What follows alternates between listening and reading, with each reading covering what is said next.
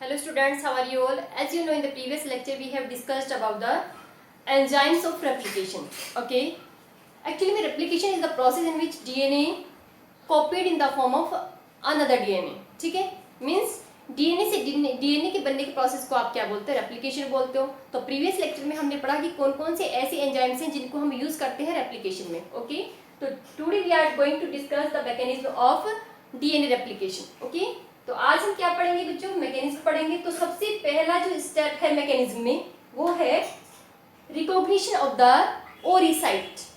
ठीक है,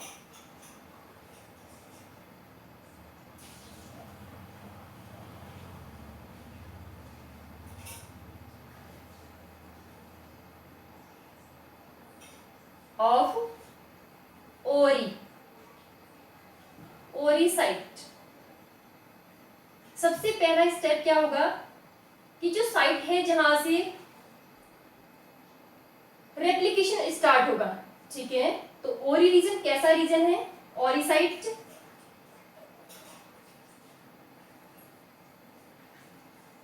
it is a specific sequence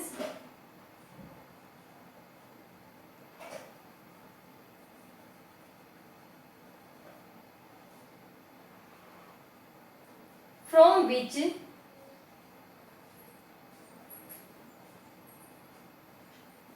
replication start.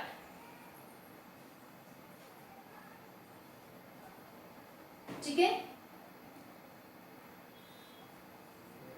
तो सबसे पहला जो स्टेप होगा कि उस साइट को आइडेंटिफाई करना है जहां से रेप्लिकेशन स्टार्ट होगा. वहां पे एक पर्टिकुलर सीक्वेंस प्रेजेंट है, एक स्पेसिफिक सीक्वेंस प्रेजेंट है. ठीक है, उस सीक्वेंस को हम क्या बोलते हैं? ओरिसाइट या ओरी रीजन. ओके बच्चों, यदि यूकैरियोट्स की बात करें, ओके, यूकैरियोटिक सेल में ori region more than one. Okay, एक से ज्यादा हो सकते हैं ओरी रीजन. ओरिसाइट में बी more than one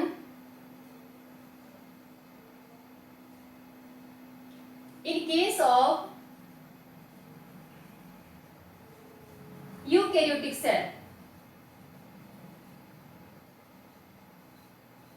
In case of eukaryotic cell, and in case of prokaryotic cell,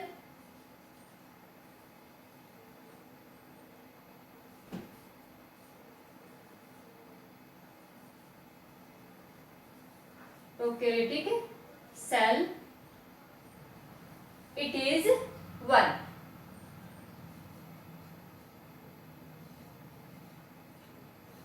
okay, तो ये जो ओरी साइट है या ओरी रीजन है, ये ऐसी सीक्वेंस है जहां से डीएनए का रेप्लिकेशन स्टार्ट होगा.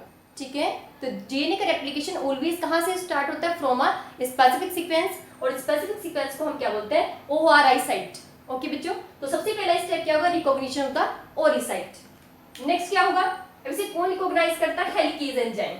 ओके बच्चों, हेलिकेज एंजाइम इसको क्या करता है? आइडेंटिफाई करता है. ठीक है, सेकंड जो होगा आपका सेकंड स्टेप, ओरी साइट से क्या होगा? डीएनए का अनविंडिंग शुरू हो जाएगी. ठीक है, हेलिकेज एंजाइम क्या करता है? Helicase enzyme bind at ori site and start uncoiling of DNA. ठीक है, डीएनए की अनकॉइलिंग करेगा और अनकॉइलिंग करने के बाद जो यूकैरियोटिक सेल है बच्चों, ठीक है, डीएनए कैसा हो जाएगा? And the formation of replication fork. Okay, DNA इस तरीके से ओपन हो जाएगा और ये क्या बन जाएगी? Replication fork.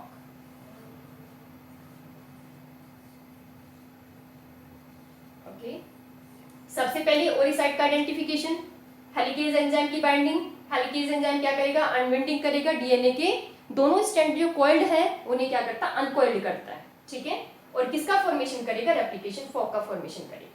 यूकैरियोटिक सेल में तो रेप्लिकेशन फॉर्क बनेगी और यदि क्या है, सर्कुलर डीएनए है, ठीक है बच्चों, डीएनए आपका कैसा है, सर्कुलर डीएनए है, उस वाली कंडीशन में क्या होगा कि यहाँ पे क्या बन जाएगा, bubble. Okay, helicase enzyme bind करने के बाद यहाँ पे क्या बनेगा, बबल, और यहाँ पे क्या बनते हैं, रेप्लिकेशन फॉर्क। ओके बच्चों, अब जो थर्ड स्टेप है, ओके, सबसे पहले वो साइट को आइडेंटिफाई कर लिया, हेलिकेज एंजाइम ने बाइंड कर लिया और अनबाइंडिंग कर दी। ओके, और क्या बना रही है यहाँ पे, रेप्लिकेशन फॉर्क। अब जो थर्ड स्टेप है बच्चों, वो क्या है, थर्ड स्टेप में जो टोपो आइसोमरेज एंजाइम है, ठीक है, थर्ड केस में क्या होगा, टोपो isomerase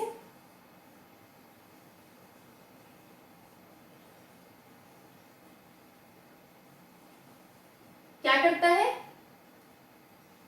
reduce tension in DNA. ठीक है, डीएनए के अंदर जो भी टेंशन है उसे क्या करता है, रिड्यूस करता है। देन जो सिंगल स्टैंडर्ड, ठीक है, सिंगल स्टैंडर्ड स्टेबलाइजिंग जो प्रोटीन है या बाइंडिंग जो प्रोटीन है वो क्या करती है, सिंगल स्टैंडर्ड जो डीएनए फॉर्म होगा यहाँ पे ऐसे, इसके ऊपर क्या करती है, इसके ऊपर बाइंड करती है।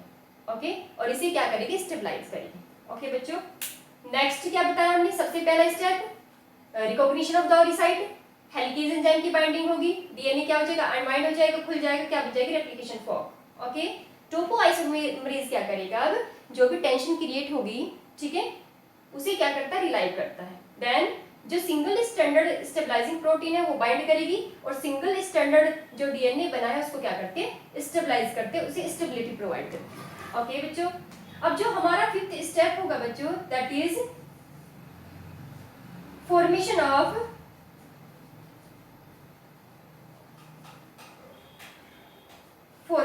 प्राइमर। ओके, प्राइमर का फॉर्मेशन होगा, और प्राइमर कैसे बनता है, it is DNA dependent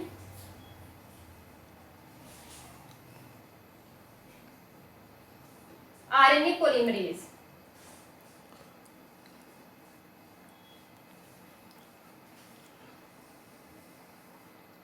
DNA dependent RNA polymerase help in the formation of the primers. Okay, तो नेक्स्ट स्टेप में क्या बनेंगे, आरएनए बनेंगे, छोटे छोटे आरएनए के स्ट्रैंड बनेंगे।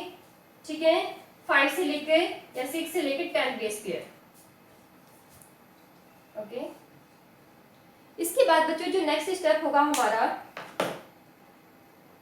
उसमें क्या होगा, प्राइमर बाइंड करेगा, binding of the primer, binding of primer. Primer क्या करेगा, बाइंड करेगा, कौन सी स्ट्रैंड पे बाइंड करता है, कौन सी एंड पे बाइंड करता है, 3' एंड पे। ओके, 3' एंड पे क्या करेगा, बाइंड करेगा। उसके बाद हमारा एंजाइम क्या आएगा, DNA polymerase third,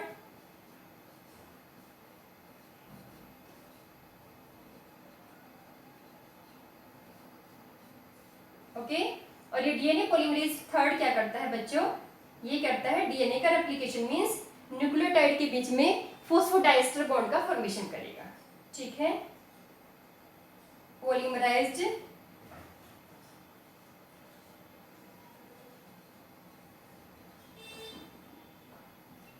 DNA by joining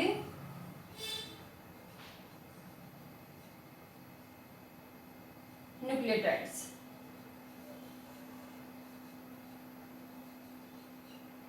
polymerisation होने के बाद, ओके, पॉलीमराइजेशन जब हो जाएगा दोनों स्ट्रैंड का, उसके बाद हमारा क्या वर्क करता है बच्चों, हमारा वर्क जो होगा वो होगा डीएनए लाइगेज। ठीक है, DNA ligase. Okay, DNA ligase क्या करता है, अभी मैं आपको एक्सप्लेन करती हूँ प्रोसीजर कैसे होगा डायग्राम के थ्रू। ठीक है, डीएनए लाइगेज जो छोटे छोटे फ्रेगमेंट्स बनते हैं डीएनए के, ठीक है, उन्हें क्या करता है, ज्वाइंट करने का काम करता है। उसके बाद क्या होगा, removal of primers, removal of primers. तो कितने स्टेप में डिवाइड किया इसको, it is divided into 9 step. Okay बच्चों, अब हम क्या करते हैं, इसको डायग्राम के थ्रू इसको एक्सप्लेन करते हैं।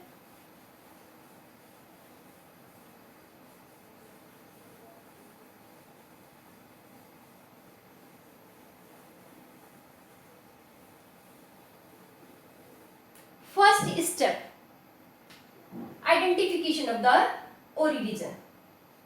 ओके, सपोज करो ये डीएनए का, ये आपका डबल स्टैंडर्ड डीएनए है, ओके, और यहाँ पे क्या है, ओरी रीजन है। ओके बच्चों, ये क्या है, ओरी रीजन।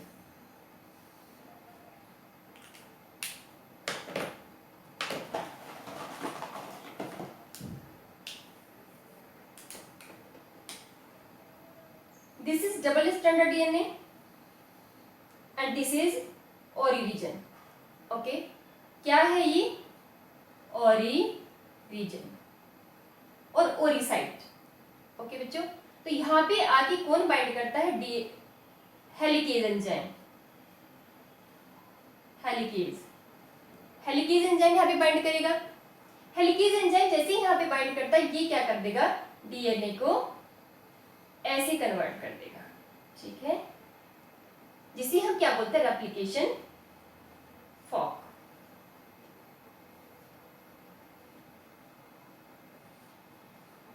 ओके बच्चों, ये हमारी क्या बनती है, रेप्लिकेशन फॉर्क। ये आपका क्या है, 3' to 5' और ये आपका क्या, 5' to 3'। ओके, सबसे पहला स्टेप आइडेंटिफिकेशन ओरी रीजन का, हेलिकेज एंजाइम का बाइंडिंग होना, और डीएनए का क्या होना, अनवाइंड होना, और किसका फॉर्मेशन होना, रेप्लिकेशन फॉर्क का। रेप्लिकेशन फॉर्क बनने के बाद क्या होगा कि जो टोपो आइसोमरेज है वो क्या करता है, जो यहाँ पे टेंशन क्रिएट होगी उसे क्या करेगा, रिलाइव करेगा, मींस स्ट्रैंड को ब्रेक डाउन करेगा, ज्वाइंट करेगा, तोड़ता रहेगा, जोड़ता रहेगा, ठीक है, जिससे जो भी टेंशन है स्ट्रैंड के अंदर वो क्या हो जाएगी, रिलीज हो जाएगी। ओके, इसके बाद यहाँ पे सिंगल जो स्टैंडर्ड बने हैं डीएनए, इनके ऊपर एक प्रोटीन आके बाइंड करती है, जो इन्हें क्या करती है, स्टेबिलिटी प्रोवाइड करती है। ओके बच्चों, इसके बाद जो हमारा नेक्स्ट स्टेप है उसमें क्या करता है, प्राइमर्स आके क्या करेगा, 3' एंड पे बाइंड करेगा। ओके, प्राइमर्स क्या करेंगे, बाइंड करेंगे 3' एंड पे। प्राइमर्स में क्या है कि यहाँ पे 3' पे क्या है, 3 कार्बन क्या है, 3 OH ग्रुप प्रेजेंट है, ठीक है, यहाँ पे भी क्या है, 3 OH फंक्शनल ग्रुप प्रेजेंट है। तो फिर इसके बाद क्या होगा, binding of the primers bind करेंगे, कौन सी एंड पे बाइंड करते हैं, 3' एंड पे बाइंड करते हैं। ओके बच्चों, इसके बाइंडिंग होने के बाद डीएनए पॉलीमरेज न्यूक्लियोटाइड को क्या करता रहेगा, ज्वाइन करता रहेगा, ठीक है, इस तरीके से डीएनए के न्यूक्लियोटाइड क्या करेंगे, अटैच, इधर भी ऐसे बनते रहेंगे। ओके, सपोज करो अभी इतना ओपन हुआ है डीएनए, इसके बाद कितना ओपन हो गया, सपोज करो अब इतना ओपन हो गया डीएनए। ओके, ये आपका 3' एंड है, ये क्या है, 5', ये 5', ये क्या है, 3'। ओके, ये प्राइमर और ये आपके न्यूक्लियोटाइड्स। ओके, यहाँ पे क्या है, यहाँ प्राइमर है और ये छोटा सा स्टैंड बन गया डीएनए का। ओके, इसके बाद फिर से एक प्राइमर जुड़ेगा। ओके, और फिर से क्या बनेगा, छोटा सा स्टैंड बनेगा डीएनए का। मींस हम ये ऑब्जर्व करते हैं कि एक स्टैंड क्या है जिसकी पोलैरिटी क्या है, 3 to 5'। Okay, means one stand जिसमें फ्री है 3' and, one stand with free 3' and, ठीक है, जिसके पास 3' एंड फ्री है उसे हम क्या बोलते हैं बच्चों, it is known as the leading strand. ये क्या है, लीडिंग स्टैंड। और ये जो अनदर स्टैंड है, क्योंकि इसमें क्या है, यहाँ पे डबल स्टैंडर्ड डीएनए, मतलब 3' एंड आपका क्या है, फ्री नहीं है, ठीक है, तो इस स्टैंड को हम क्या बोलते हैं, जिसमें फ्री नहीं है, it is known as the lagging strand. क्या है ये, लैगिंग स्टैंड। ओके बच्चों, लैगिंग स्ट्रैंड में जब डीएनए का रेप्लिकेशन होगा तो कैसे होगा, डिसकंटिन्यूअस। कैसे बच्चों, डिसकंटिन्यूअस।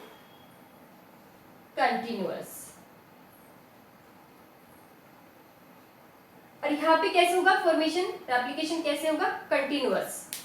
Okay,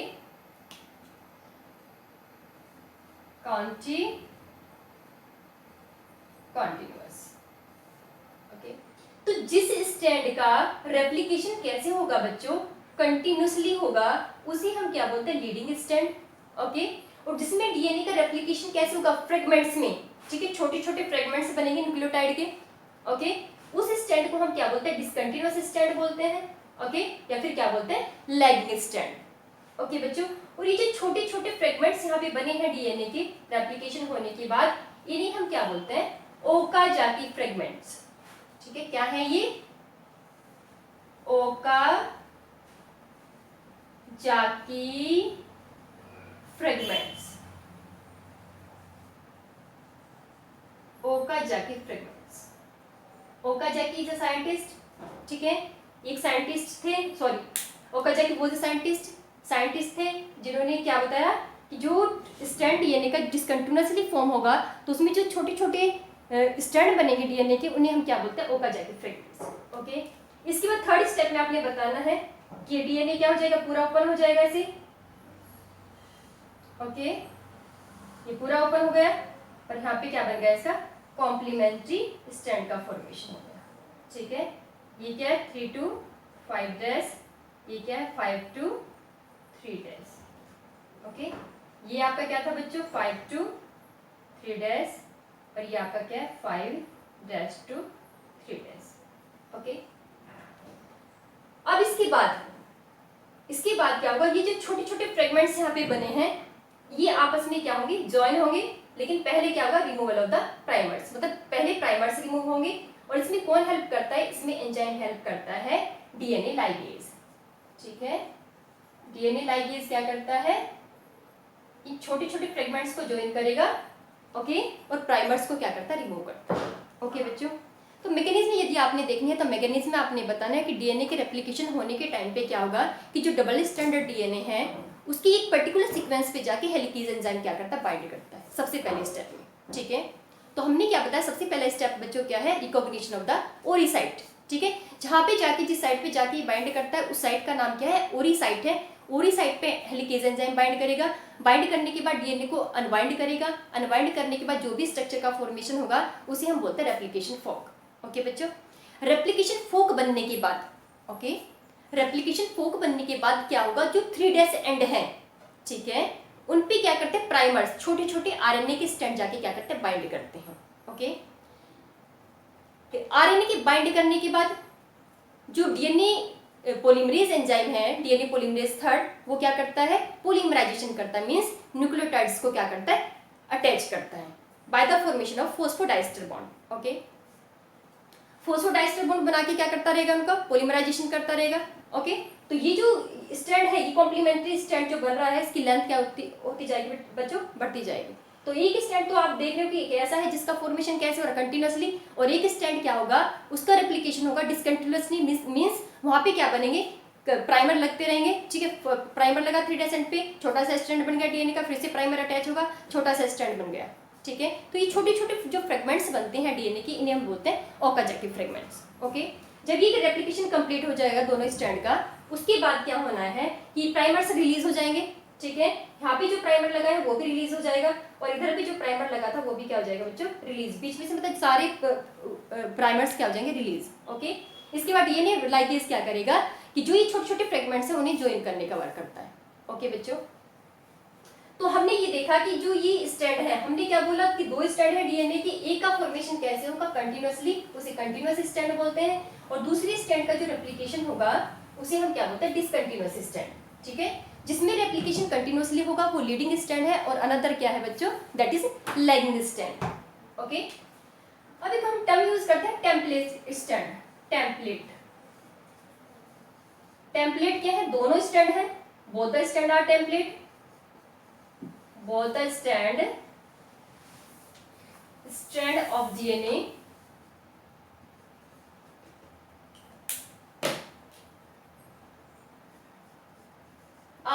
template. टेम्पलेट दोनों है, क्यों है टेम्पलेट दोनों? क्योंकि हम दोनों स्टैंड को यूज कर रहे हैं एप्लीकेशन के लिए, बिकॉज बोथ द स्टैंड्स